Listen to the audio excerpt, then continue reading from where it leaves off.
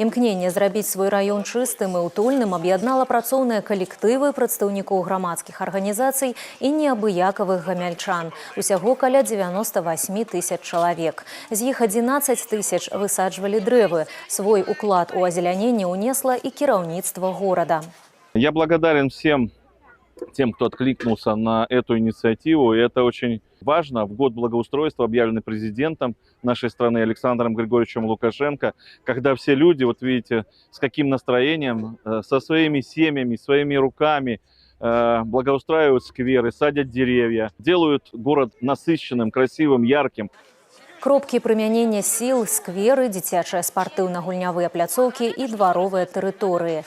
Новыя алеі і лакацыі з'явіліся ў розных кутках горада. Толькі на вуліцы Галавацкага гамяльчанамі было высаджана больш за 200 дрэў. Такая праца – выдатны стымул берагчы тое, што створана агульнымі намаганнямі.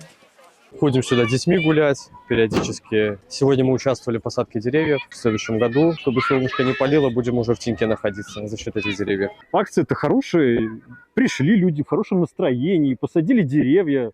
Было красиво, станет еще красивее. Я пришла с семьей, с мужем, с 2 сыновьями. Приняли участие в озеленении нашего района и посмотреть еще раз на новую площадку. Довольны. Зялёны месячнік пройдзе на працягу кастрычніка. За яго час усяго плануецца высадзіць 22 тысячы дрэў і 10 тысяч кустоў.